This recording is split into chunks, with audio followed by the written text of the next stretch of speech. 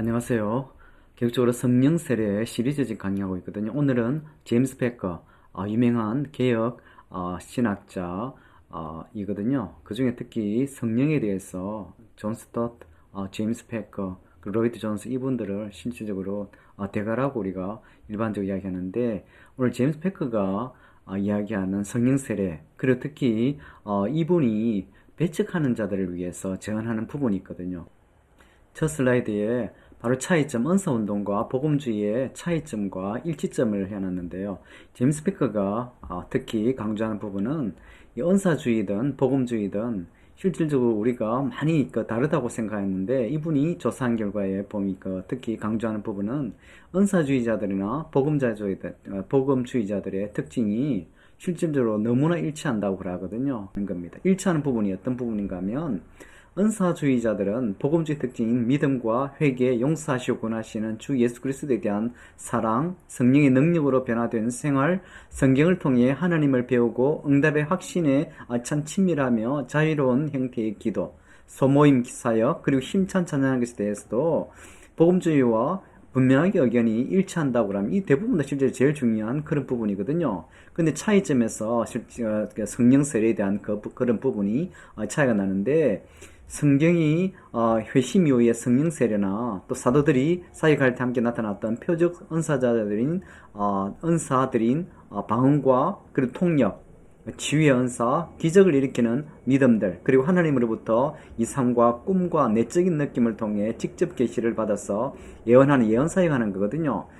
이 예언으로 전하는 것들은 분명하게 복음주의자들 가운데 일부들은 단호하게 금지하는 그런 부분이거든요. 이 부분이 차이는, 그런데 실질적으로 복음주의 특징인 믿음과 회개와 그리고 예수 그리스도를 향한 이 구원을 주시는 그 은혜와 사랑에 대해서, 또 변화된 생활, 또 성경을 통하여서 기도하고 또 확신하고 또 친밀한 이 내적 확신, 이런 부분들은 이 너무나 일치하기 때문에 실질적으로 이 차이가 없다. 그리고 왜 어떻게 은사주의자들을 복음주의가 거절하느냐고, 그런 부분들을 갖다가 제임스 패커 이분이 강조하는 부분입니다. 그래서 오늘날 은사 운동의 사람들은 표적 은사를 회복해야 하며 성령 세례가 꼭 필요하다고 이분이 은사주의자들의 말을 빌려서 또 이야기하는 부분도 있고요. 다음 장을 넘어가 보면, 그 은사주의를 제임스 패커 이분이 은사주의자들이 이야기하는 그런 부분들과 약간 거리를 두면서 학문적으로 접근한 그런 부분이 있거든요. 바로 성령 세례에 대해서 어떻게 이야기하는가 하면, 은사주의자들은 그리스도인 체험을 풍성하게 하는 회심 후의 중대한 사건으로, 그리고 보통 성령 안에서의 세례, 성령으로 받는 세례, 성령에 의한 세례라고 일반적으로 부르는 거죠. 즉 성령 세례는 그리스도인들이 우리에게 인식을 대폭 확장하게 해준다고 제임스 패커가 이야기하고 있고요. 그리고 두 번째로서 어떤 부분을 은사주의자들이 강조하는가 하면 바로 방언 부분이죠.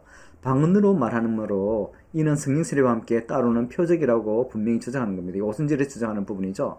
그리고 방언은 하나님이 그 성령 안에서 기도하고 찬양하기 위해 주신 영향으로, 예배자들은 방언을 통하여서 고양된 상태로 경배하고 참회하고 간구하고 도구를 지속하고 있는 힘을 얻기 때문이라고 은사주의자들이 이야기하는 부분입니다. 그리고 또 세 번째로 이야기하는 부분이 영적 은사로, 은사주의자들은 성령으로 세례를 받는 사람들이라면 하나 이상의 은사를 분명히 가지고 있다고 주장하는 거죠. 그리고 각자의 은사를 분별하고 사용해서 사역을 이루는, 바로 이것은 교회를 세우는 일이거든요. 그래서 그리스도의 몸인 교회 전체가 끊임없이 시도해야 할 일이라고 은사주의자들이 주장하는 그 부분을 제임스 패커가 실제 정리하면서 이야기하는 부분입니다.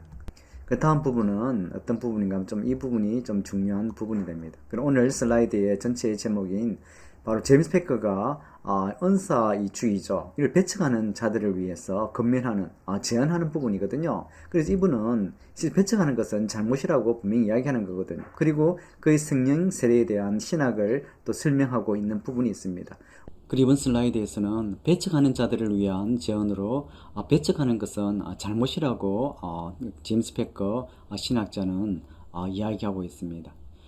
고린도전서 그 12장부터 14장이 언사장이잖아요. 그 현상과 현재 오늘 나타나는 언사주의의 현상이 완전히 일치하지는 않는 것은 분명하다고 이야기는 하거든요. 그렇지만은 바로 이 운동이 그렇다고 하더라도 이러한 언사적 운동이 기이하고 비현실적이며 심지어는 어떤 분들은 악마의 운동이라고 배척하는 경향이 있잖아요. 그것은 결코 좋은 일이 아니고 경솔하다고 제임스 패커는 이야기하고 있습니다. 그리고 이분이 참 훌륭한 게 그는 어떤 다른 원칙을 제시하면서요, 신앙 고백과 그리고 도덕적인 문제와 관련을 제시하고 있는데요. 그리고 이러한 시금석이 은사주의 운동에 적용해 보면은 하나님이 이러한 운동 안에서 역사하신다는 사실이 분명하게 인지되고 있다고 제임스 패커가 이야기하는 걸 보면 참 훌륭한 말을 하고 있거든요. 그리고 이 운동의 위험성이 감지될 수 있지만은 은사 회복 운동을 통해서 도처에서 볼 수 있는 주요 결과는 굳건한 삼위일체 신앙이고, 그리고 신약 성경에서 만나는 구세주이자 주인이신 바로 하나님과 나누는 인격적인 교제와 회개와 순종과 그리고 각가지 형체의 사역들을 동료 그리스도인에 대한 사랑 등 더욱 깊어지는 일이 실질적으로 비일비재하고 사실인 그런 사실이라고 언급하고 있고요. 그래서 이들은 많은 지역을 복음하려는 열정들로 충만하다고, 그리고 이 시대에 실제로 보면 사역이 일어나는 부흥이 일어나는 교회가 대부분 다 오순절 교회라고 이야기하고, 물론 교파가 있고 순절이 아니라도 오순절과 같은 그러한 영성을 가지고 사역하는 많은 교회들이 있음을 보게 되니까 부인할 수 없는 사실이거든요. 그렇기 때문에 이러한 열정들이, 복음하려는 이러한 열정들이 실질적으로 안정된 불의의 교인들을 부끄럽게 만든다고 제임스 패커가 지적하는 거거든요. 바로 이 부분이 배척하는 자들을 위한 제언입니다. 겉면에 실질적으로 신학적인 이 대가가 이야기하는 거거든요. 진짜 하나님이 역사하는 걸 갖다 부인하지 말라는 거죠. 그리고 악마의 운동이라고 하는 분도 있거든요. 그런 분들은 실질적으로 이런 신학 대가의 신학자의 말에 귀를 필요가 있다고 생각이 됩니다. 그리고 다음 슬라이드에는 이제 성령 세례의 신학적인 근거를 제임스 패커가 설명하는 그 부분이 있거든요.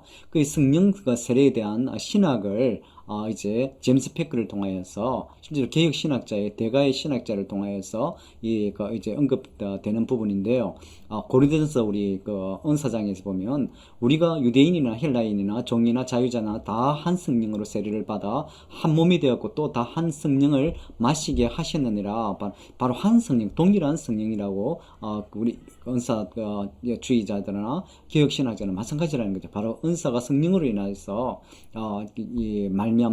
그래서 이 사도 바울이 그리스도인이라면 모든 그리스도인의 성도들이 성령으로 세례를 받죠. 회심할 때 성령을 받으면서 따르는 결과를 가리킨다고 보는 해석이 가장 자연스럽다고 로마서 8장 9절을 통하여서 언급하고 있고요. 그리고 회심한 뒤 내적으로 넓어지는 체험을 통해서 유익이 있잖아요. 앞으로 그런 유익을 얻을 사람이 계획적으로 나오게 되고요. 그렇지만은 이러한 체험이 사도 바울이 말하는 성령 세례와는 조금 차이가 있다는 그런 부분을 갖다가 지적하고 있고요.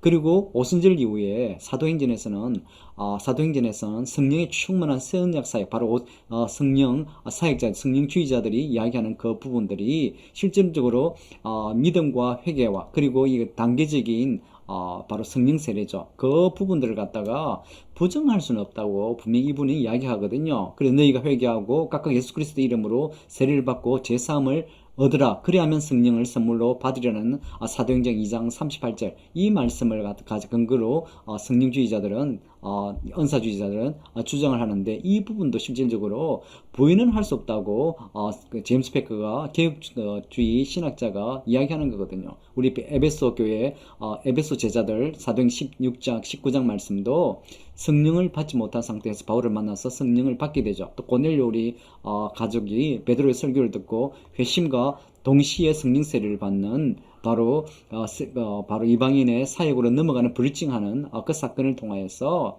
이런 부분들이 강조되는 부분이죠. 특히 사도행전 2장 38절은 두 단계의 체험을 제임스 패커가 인용하면서 강조하면서 실제로 사도행전 전체에 한 번밖에 놓이지 않는 이례적인 사건이지만은, 그러나 누가의 주장처럼 그들의 두 단계 체험은 독특할 뿐이지, 그리고 우리에게 표준은 아니라고 판단할 수 없다고 이야기하는 거거든요. 분명히 존재하기 때문에, 그리고 이 사건들이 일어나고 있기 때문에 그 가운데 성령님이 역사하고 하나님이 그 가운데 나타나는, 역사가 나타나는 그런 부분을 통해서 부인할 수 없다는 그 부분이거든요. 참 이분이 참 대단하다는 걸 참 느끼게 되는 겁니다. 학문적으로, 그리고 이런 부분들을 부인하지 않고, 또 이분이 방언을 하는 분인가 하면 방언도 하지 못한다고 본인이 고백을 하거든요. 그렇지만은 오순절 교회, 은사주의 교회에 나타나는 그 사역들을 보면서 교회와 교회의 사명의 본질에 대해서 객관적인 교훈을 가지고 이야기해야 된다고 실질적으로